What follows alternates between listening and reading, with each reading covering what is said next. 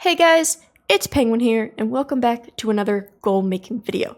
In this video, I'm going to be going over 5 TSM tips which you should either add or adjust in your settings to help you make more gold and have more knowledge about what you're selling.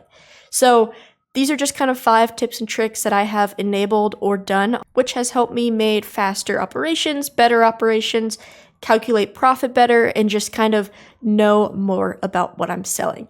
Of course, I'll get into more of that when we actually go through each tip. But as always, this video is geared to beginners. So if you are somebody who has been using TSM for a very long time, none of this will probably be new to you. However, it still could have some good knowledge if you forgot this existed or anything like that.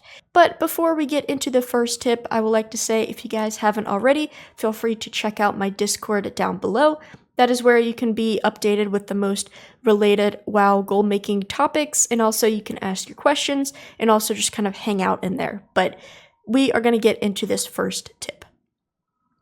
So the first tip I have is turning on your personal sale rates. Now what I mean by this is if we go and look at an item, for example, the Spectral Flask of Power, as you can see under the last category, the TSM Auction DB, the second to the last, there is the region sale rate, which is about a 0.22. Now, if you guys have TSM correctly set up, then you should be able to see that sale rate too. And if you're on the US regions, that number is probably the same. And the reason for that is because it is the region average. So it takes all servers, the sale rate of all servers, averages them up and puts them on the tooltip. But that doesn't always reflect how fast or how good items are selling on your personal server. So what I have done is if you go into /TSM, go into settings under tooltips, scroll down until you get to the TSM accounting setting, and then you will be able to turn on the sale rate if you do not see the sale rate under last sold, like on my tooltip now. So what this does is it basically allows you to see your personal sale rate for your server of the item. So as you can see, TSM is saying that a average 0.22 sale rate for the Spectral Flask of Power, but on my server, I actually only have a 0.16 sale rate. So in terms of utility, if you are somebody who likes to include sale rate in your operations, for example, like if sale rate is greater than 0.05, then price it at this, etc., etc. Having a more personalized sale rate definitely helps you out instead of using your region one. Also, if you're somebody who, personally, I do not do that with my operations, but I personally like to have it because I just know out of what category sells the best on my server despite the region price. If we want to go into another example, if I just look up the general flasks, as you can see, the spectral agility is a 0.08, even though the region is a 0.19. And if we look at the spectral strength, I actually have a sale rate of 0.1, while the region sale rate is 0.15. So basically that means the region averagely, there are more agility potions being sold because it's 0.19 compared to 0.15. But on my personal realm, I am selling more strength potions because my sale rate is 0.1, while agility is 0.08. So this just gives you a more personalized feel, and we're going to go on to the next one. Alright, so the second tip I want to show you guys is the different grouping methods that you can do whenever creating groups. So for this example, I'm going to be using a crafted gear, which I'm going to be using the novice eye level 87 gear. And I'm just in this group right now. So because I'm going to demonstrate this with cuffs, I'm actually going to remove this from my current group. And as you can see, it gets back added over here. But there are 3 different grouping methods, and the first one I want to look at is specific. So what this means is that it will literally be the exact same item as it is in your bags. So in my bags, as you can see, it is an eye level 87 pair of cuffs with plus 12 critical strike and plus 12 mastery as my, bonus stats of this item. So using that specific, if I hover over and wanted to add this item, as you can see, it utilizes all of that. And if I were to add this, it is adding that specific set of stats, item level, to this group. So what that means, if I have an identical pair of cuffs with, let's say, plus 12 critical strike, but plus 12 haste instead of mastery, that means this would be considered a different item. But in order to change that, then you have base item. And what base item does is takes, like it says, the base item and removes all the extra stuff. So it is still an eye level 87 piece of gear, but if I hover over this now, it has turned into an item level 165 with plus random stat 1 plus random stat 2. So what this is looking at is the base item of these cuffs, which is the non-Crafter's Marks version, which would be, just this item right here. As you can see, it is the exact same thing. So in terms of when to use base item, generally you use that for transmog. You know the items that are like Sword of the Quick Blade and all of that. The base item will basically remove that extra fluff and it will just sell the item as its default. Then you kind of have the one in the middle, which is item level. And item level is used for current Shadowlands legendaries as well as Crafter's Marks. So you can see that now the Shadowlace Cuffs still keeps its item level at item level 87. However, the specific stats have still remained random. So what this means now is that it is only identifying the Shadowlace Cuffs that are 87. So if I have another pair of cuffs that is eye level 200, it will not associate it with this. However, it does not care about the random stats. It will use all of that. And generally, like I said, this is what you want to use for item level. So if you guys look at all of these, they are item level 87, but they are random stats. So just using these 3 different grouping methods allows you to choose exactly how you want to group items, exactly how you want to sell them, and avoids you having a ton of issues with undercuts. But also, just a quick sub tip, if you guys are looking for an item that is not in your inventory, you guys can search with base group. Let's say I want a golden lotus, and as you can see, there are no golden lotuses in my inventory. There are none of them, but what I can do is type in golden lotus, and as you can see, I can click on this, select what group I want, or I can go ahead and drag it in. So that is what this base group up here is for. Of course, you can search it by the different ones as well, like we just covered, but it literally has everything in the game. If I type golden again, you can see all of this stuff is here, and I do not have it in my bags. But that is tip number 2, and we're going to be moving on to number 3. So the next tip is utilizing custom price sources in order to maximize your profit. Now, what I mean by this is going into your reports, and you can adjust how TSM determines a price of an object. For example, if we just click on a random one, this will be the default string.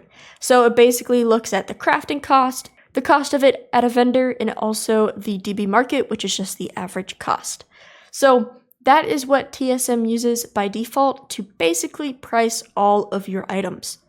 But let's say there is a specific scenario which you need a certain item priced at some sort because you either bought it a while ago, or let's say you transferred server, so now you have something super cheap.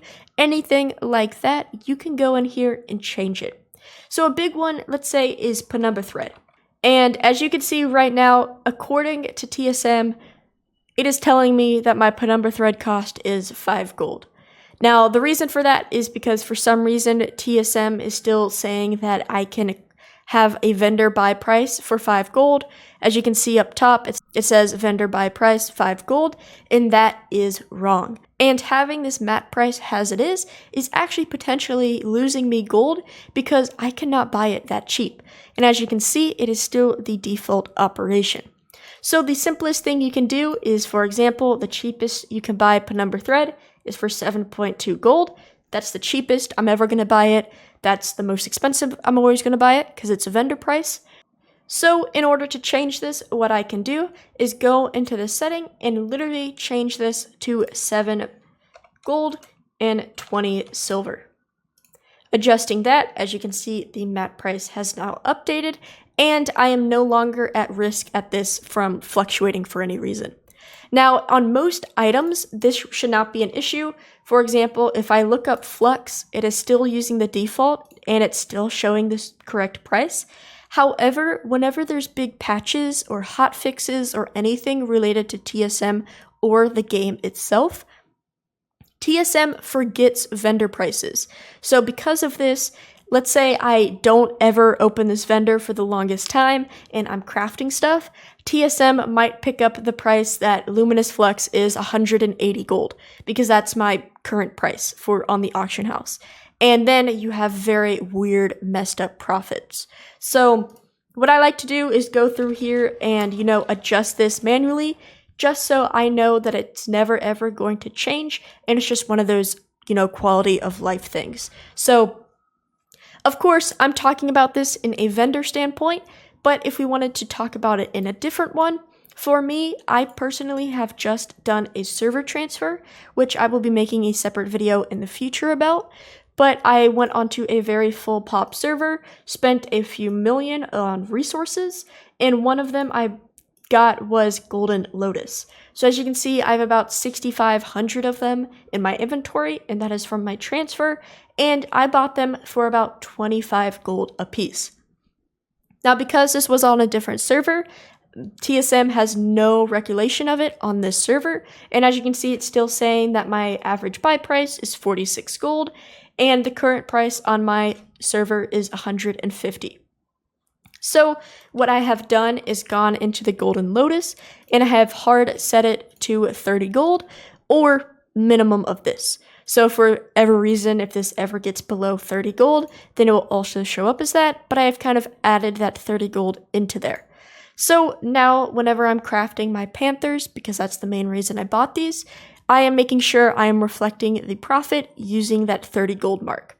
So for whatever reason, if you have stuff, stockpiled stuff on a different server, brought it over, you farmed it, and you just want to set it at a certain price, you can definitely do so.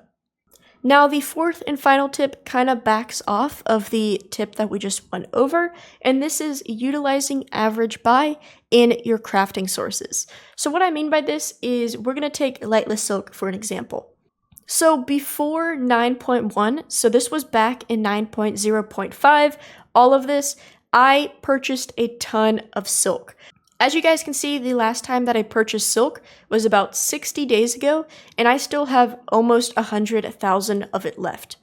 And because of this, I bought it so long ago, it was insanely cheap, and it was back when I could buy it for, 2 to 7 gold a piece. As you can see, my smart average buy price is now 1.93 silver, because that is just how long ago I was purchasing this silk. Now, according to today's prices, it is up to 28 gold to 32 gold on my realm, and so that is a huge jump. Now, because of this, sometimes my crafting can be skewed, because even though I purchased the silk for 2 gold, by default, TSM is going to use market value, so it would estimate using that 32 gold. So what I have done is, if we go back into reports, go into Lightless Silk, as you can see, I have added smart average buy in it to my material price, which has set it to this.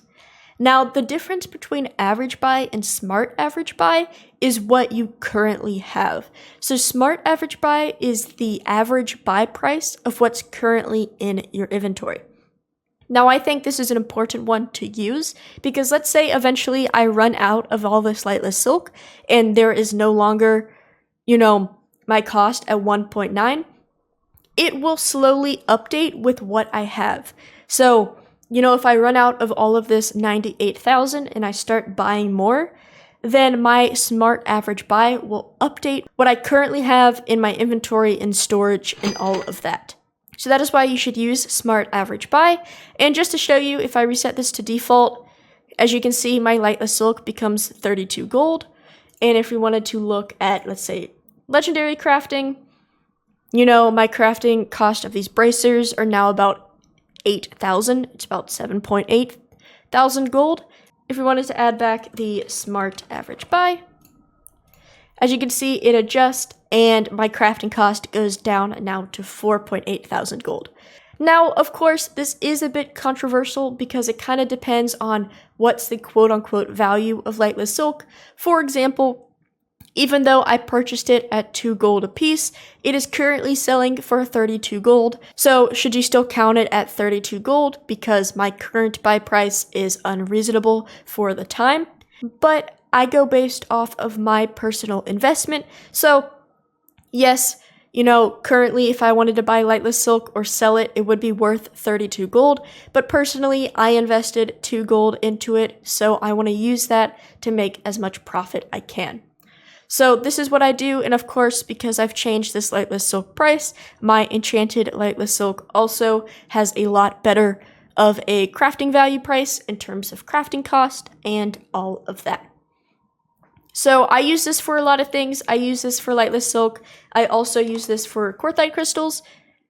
I have SmartAvgBuy in there as well. And once again, I just use that because if I have a ton stored, I've sadly run out. But at some point, I had a few hundred in my inventory. So even if the market value, spiked to 1,000 or something like that, then it's still utilizing that SmartAvgBuy price just to make sure that I am making the most profit possible. So I have that set up there as well. So that is basically it for these TSM tips. Now, this video did get kind of long because I went really in depth with this, but if you guys have any questions, feel free to ask me in the comments or in the Discord down below if that's something you want to ask. But thank you guys so much for watching. Let me know if any of these tips are useful and if you enjoy any of this and if you want to see more of these kind of tip videos. But thank you guys so much for watching and have a good day.